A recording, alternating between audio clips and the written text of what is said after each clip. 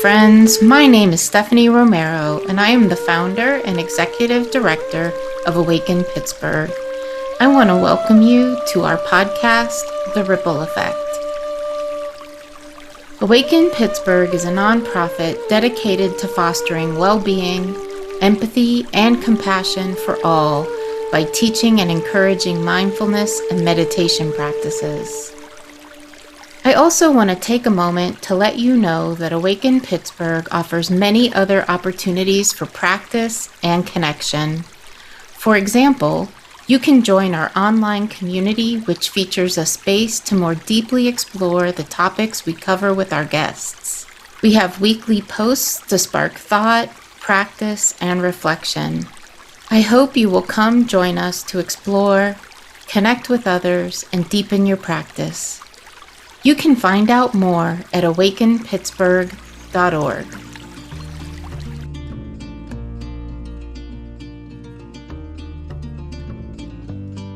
I am really happy to welcome Sara Urbanic to the Ripple Effect podcast today.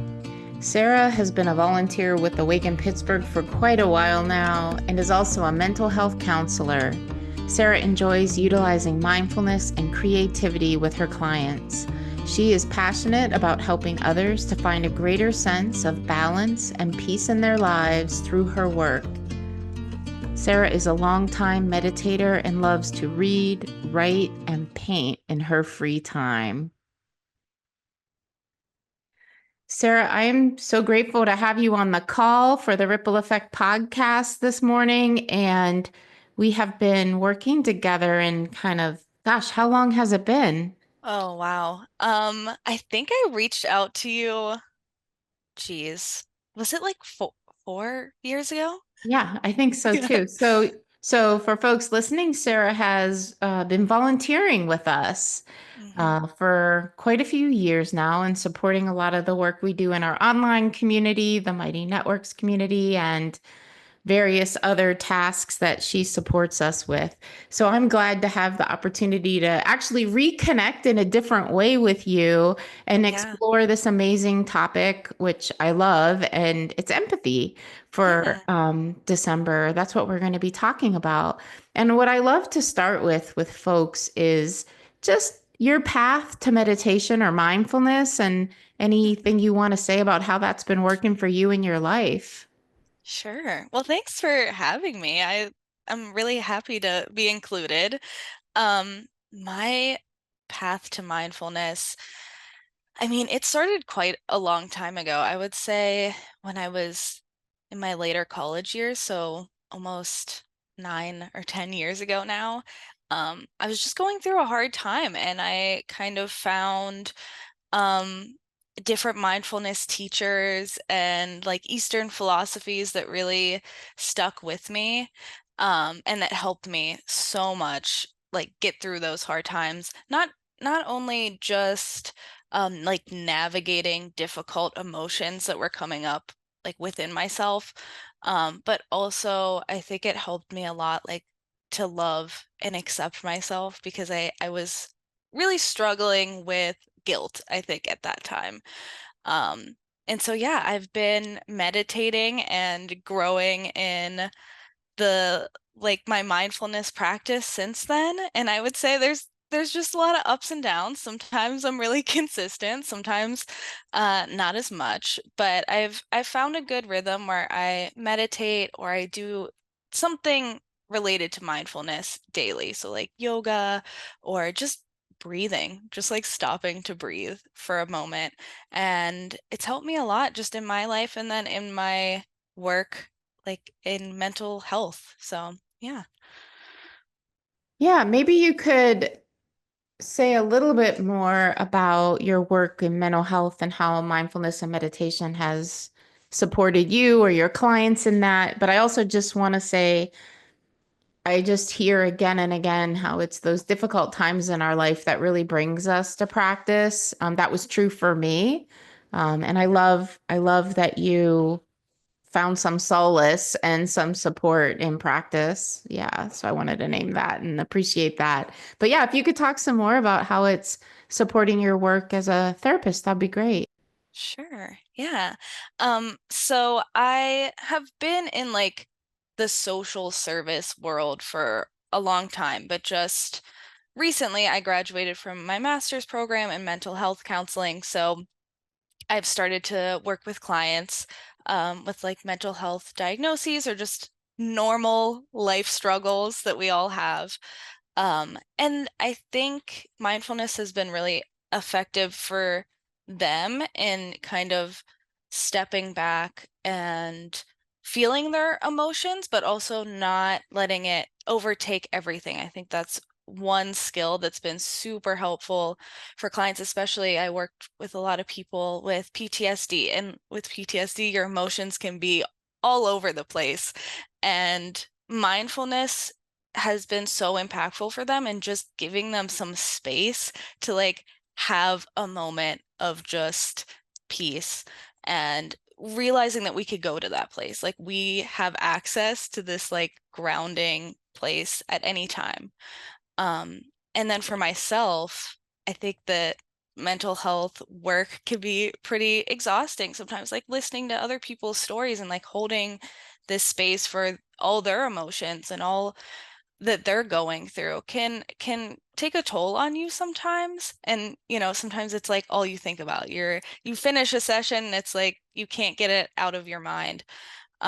So I found for myself, mindfulness has been really helpful in just cultivating that like space and peace in myself and just wellness for myself before I show up for someone else. Because I think a lot of people know this, like you can't take care of other people if you're not taking care of yourself.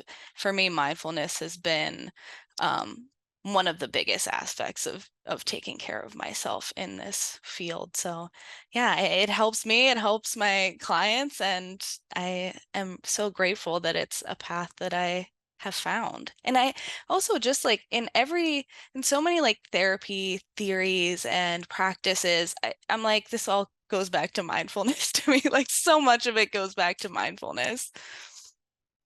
Yeah, I think that's really been my experience as well, is like when we look at the different modalities of therapy that there is mindfulness at the core of so many of them. And that just makes sense for me because, if we look at the roots of meditation and mindfulness, the thousands of years of Hindu, Buddhist, Jewish, Catholic, like all the different religions and how they did contemplative practices, like their goal for all of them was how do we be our best person, right? How are Mhm. we our best selves and exploring that and studying that and coming up with ways to do that? How do we connect with higher self, right? Right. And Yeah. that's healing. That for me Mhm. is the definition of healing is being able to get through all those difficult things in our lives and connect with the best in Mhm. ourself and heal from the wounds of the world.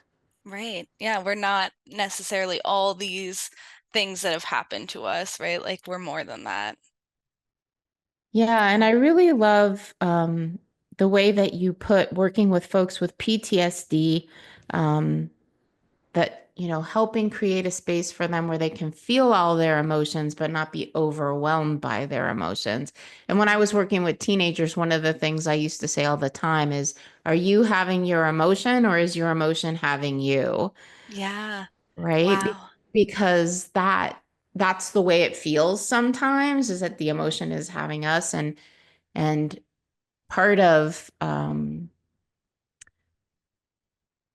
being a fully realized person, at least for me, is the freedom to choose how I respond and react. And if I'm manipulated by my own emotions, I don't have that freedom. Yeah. Yeah, I love that. I think sometimes emotions can feel like they're going to last forever. And it's kind of mindfulness helps us to realize, oh, they pass.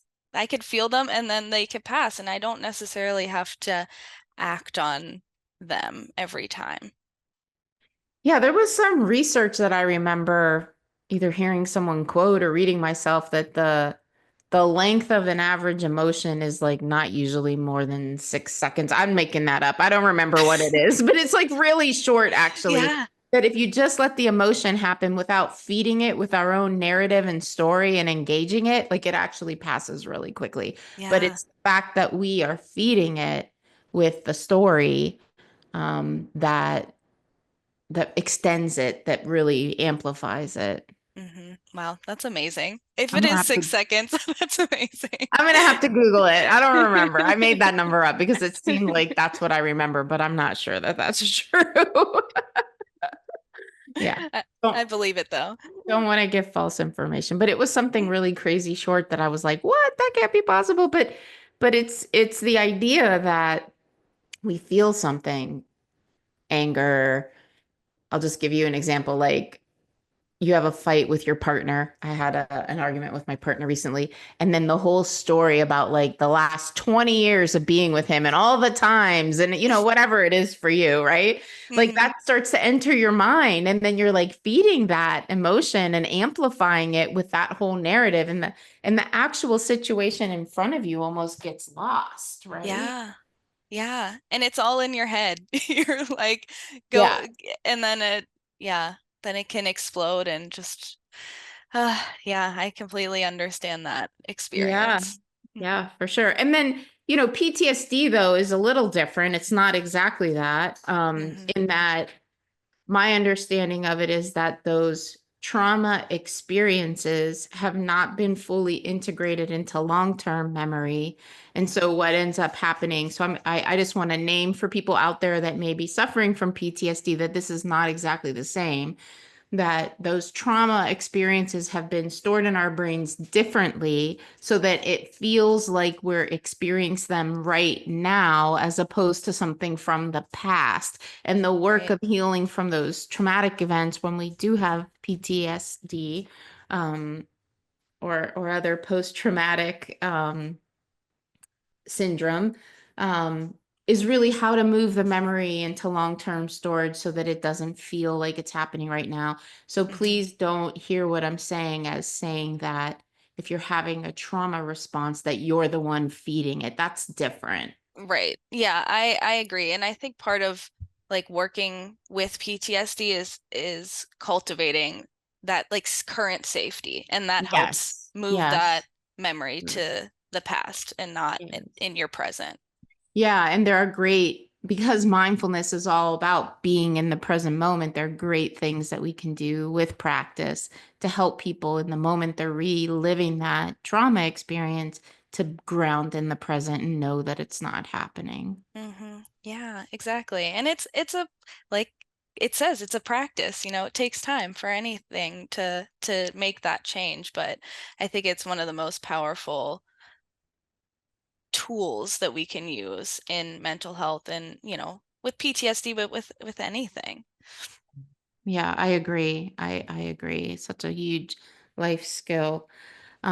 So our topic today is empathy. So just to kind Yeah. of swing us to that, I would love to hear how empathy fits into your own personal mindfulness and meditation practice, and maybe as you are working with clients, and maybe how to support it and growing it with others. Anything that you want to share about that's great. Sure. Yeah. So for me, in my practice, empathy, I mean, it just fits in so many ways. So I kind of mentioned before that I meditate so that I can ground myself and create space so that I can be more empathetic towards others and like give more of myself. I mean, empathy is kind of one of those things in the mental health field and in counseling and therapy that's like one of our tenets. You have to be empathetic to be in this field, I think. Um, and so it's really important, like I said, to cultivate that self-care practice and to um, feed that empathy to grow it and expand it. And I think also for myself, I've noticed I've had to cultivate empathy personally, like for myself and to like in the work, right? Like I'm a flawed person and I'm trying to help other people and I have to like come to terms with that. Like I'm not gonna have all the answers for everyone, right? And having empathy for myself, having understanding from in myself helps me help other people, like helps me to teach other people to have empathy for themselves. Um, and I think that it also helps me to like not get stuck in that like negative headspace, like I'm not doing enough, or like I should be better, or I should have more answers, or whatever it is. Um, to like understand like I'm just a person like everyone else, and like growing that empathy in myself also has really been huge. And I think that mindfulness, I mean, there's so many studies to show that mindfulness helps us grow empathy and compassion.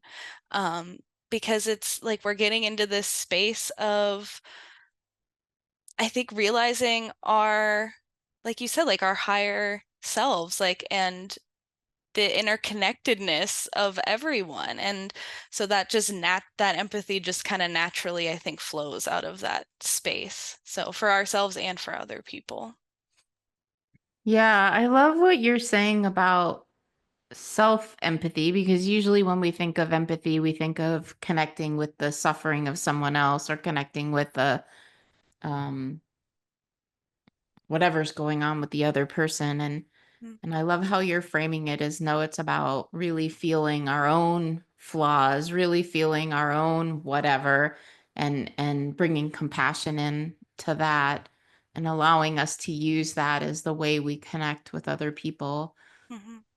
Yeah, I think that's there's something really beautiful about that. And so I've never been a therapist, but I have been a meditation instructor for a while and also a teacher.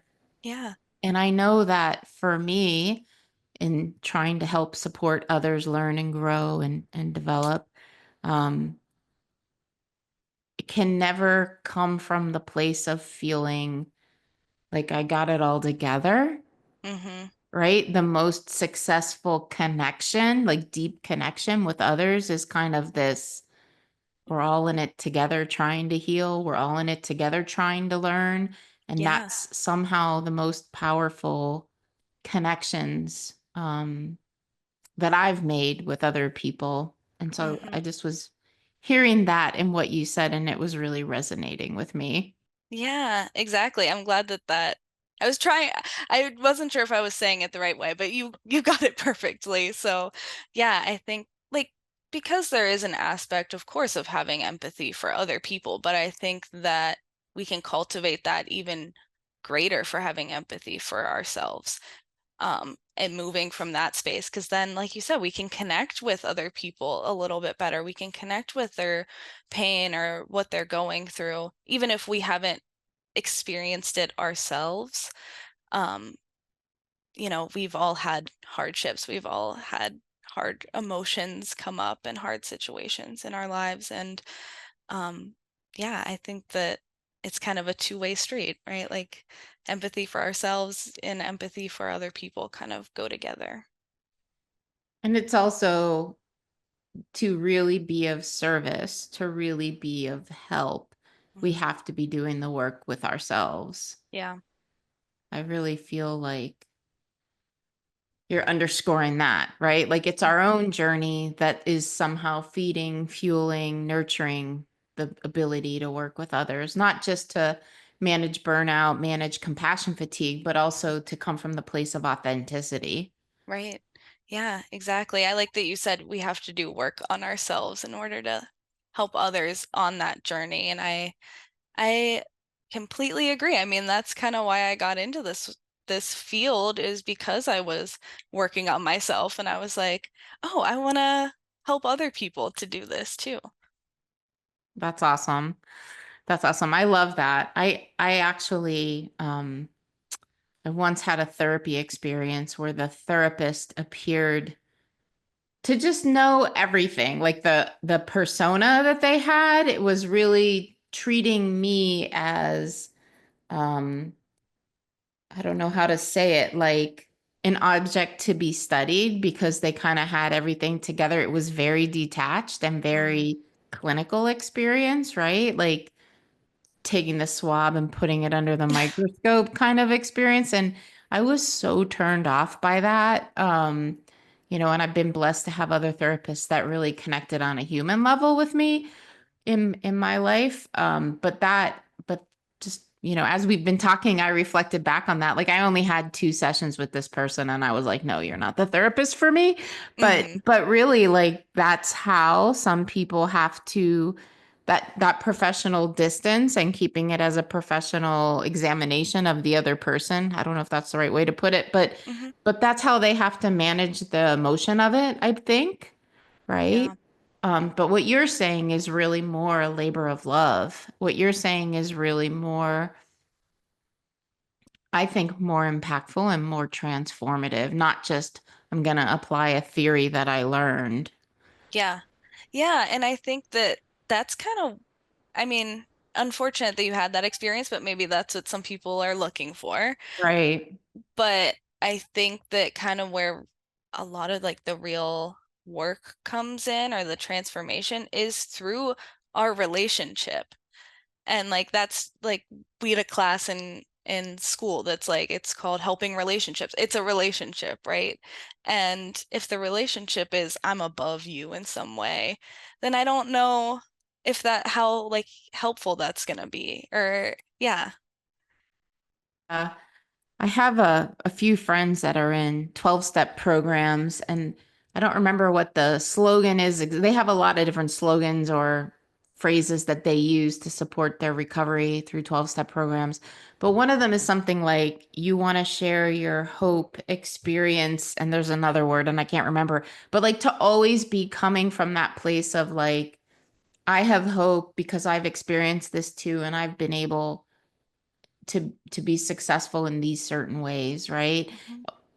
Not that, like you said before, that you have to have gone through everything the people that you're working with have gone through, but that we've all had difficulty. We're all in this strange human realm doing this thing called being a person with all the ups and downs and turmoil and stress and trauma and, keep filling in those blanks, whatever you want to add, right? Especially in this moment in time.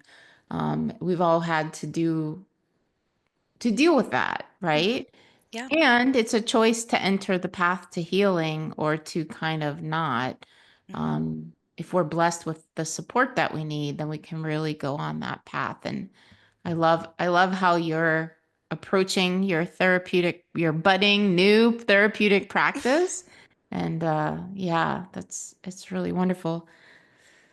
I Thank wonder you. if we could shift to, yeah, like any other insights you might have, or maybe there's a particular challenging situation that you have really tried to integrate empathy into. Yeah. I think my like the biggest experience that I had with empathy came from family, just dealing with family problems. I'm sure a lot of people can relate to that as like some of our earliest conflicts in life. Um, but yeah, like with my parents in particular, I come from a family of divorce, so my dad left when I was pretty young. And I think there was just a lot of anger there from me, but also from my mom. And so that affected my relationship with her as well.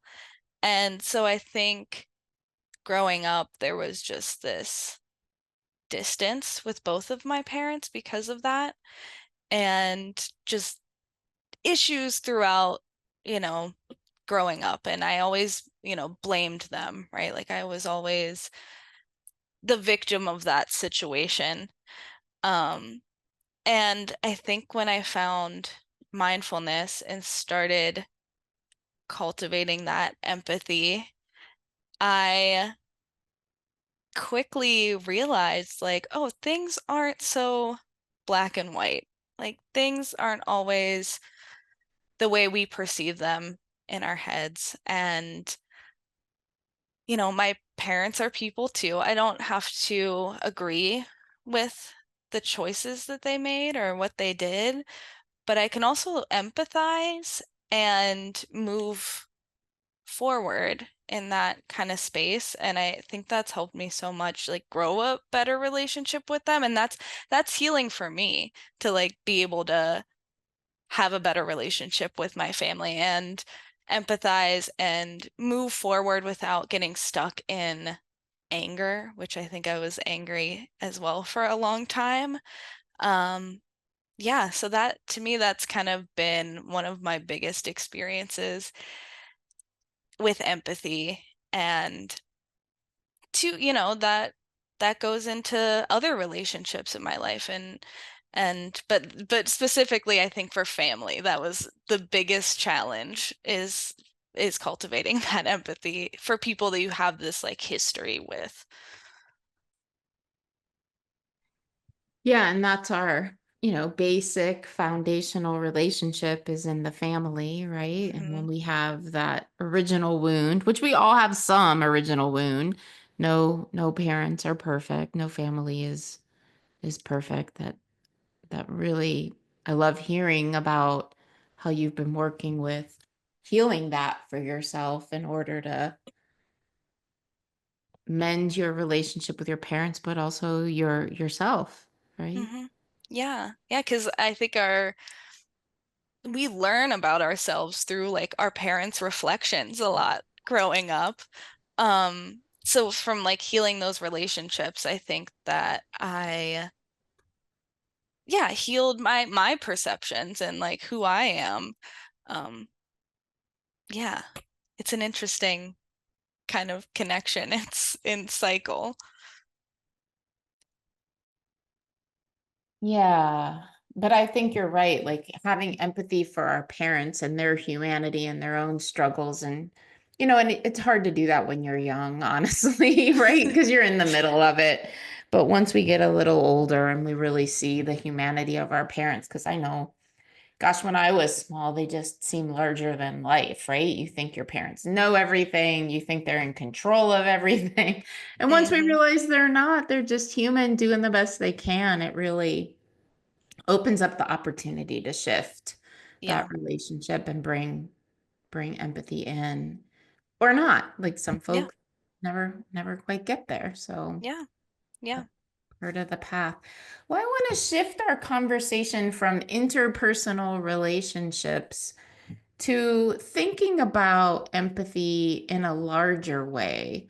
mm, And maybe you could kind of just riff with me because yeah, one of my favorite things to talk about is social change and social justice, which mm, is just really needed in our world. And so I wonder if you have any thoughts on extending empathy out and using it as a tool for larger social change. yeah. I was just thinking about this before we talked, and I was thinking about how, we kind of mentioned earlier, like mindfulness helps us to cultivate this, awareness of the greater world and like our place in it, like being connected with everything, really. And so, we in turn kind of cultivate that empathy for the world. And then I think it hurts our hearts a lot, right? When we see so many sad or tragic things happening in the world that we want to change and or this idea that it shouldn't be this way, and I think from that place a lot of times you could get angry. I know that I've been angry, like very angry in the past about the world, but I think that place of anger and moving from that place of trying to change can be so exhausting. It can really take it out of you when you're angry and moving and trying to make change from that place. And I don't know if you connect with as many people that way either. But with empathy and kind of moving from this place of caring about, like caring deeply about the world and loving it, I think we can move from that place of creating change much more easily, and we can give a lot more of ourselves and not get as exhausted. And then I think too, like connecting with other people, because other people can see that in you. Oh, they really care. And it's not like a blaming or a pointing fingers. It's just wanting to truly have the world be a better place for everyone. And so I was kind of thinking about that, like just moving from empathy and love is, yeah, it just allows for a lot more expansion. I think you could do a lot more work in that kind of space. Yeah. I love that. I love thinking about how if we're coming from the place of love and compassion and care, that we're actually feeding the movements, Hmm. right? And also not creating more polarization is kind of what I was hearing you say too, because you connect Yeah. with people even if they're kind of on quote unquote the opposite side, right? Hmm. Yeah, Yeah. I Yeah, really. I think that you can have love and empathy for the world and society as a whole and not agree with everyone. Like that, those things can exist together. Yeah, for sure. Um, Well, I guess just to wrap things up, I have been asking everyone the same question. Is, Okay. well, first let me say, is there anything I didn't ask you about regarding empathy or meditation or mindfulness that you were hoping to share that we didn't already talking about? Was there anything there in your mind that I didn't ask about? I don't think so. I told you I wrote down a few notes before we met, and I think I pretty much touched on everything in one way or another. So, Awesome, cool. And then the question that I've been asking everyone is there a resource that you found to be a big support for yourself that you might want to share with folks listening? yeah. I there's so much out there. And I mean, obviously, any of your courses through Awaken Pittsburgh are amazing. Um, but also I really love like just a phone app, like a meditation phone app. I use the Insight timer myself just because there's like guided meditations, but also sometimes I just want to listen to the waterfall and like have a 10-minute timer. Um, and then I think there's so many beautiful, amazing teachers out there that are a great resource. Um, One that I love that, sadly isn't with us anymore is Thich Nhat Hanh, the Buddhist monk. And there's like so many videos of him speaking on YouTube, and I find so much peace in those. And then some of his books are really great, easy reads. Being Peace is one that I read earlier this year, and it's quick, like a chapter takes 2 minutes to read. So just those are some of my personal favorite things that I tend to like gravitate towards when I just need a little reminder of, you know, why I practice and um, the importance of it. I love both of those. I love Thich Nhat Hanh. He yeah, he was part of the beginning of my journey into mindfulness. And so I appreciate that you mentioned anything by him because he's amazing. And just for folks listening, he probably has 80, 90, 100 books out there easy. Hmm. So anything by him, like pick one that speaks to you. But I love that you mentioned the one that you just read because he's just been prolific throughout his life and writing. Yeah. Um, yeah, and I have the Insight timer on my phone too. It's a great app. It's a great and it's free. So I always say to people, don't pay for the apps, right? You don't need Hmm. to. There's so much out there that's free right now.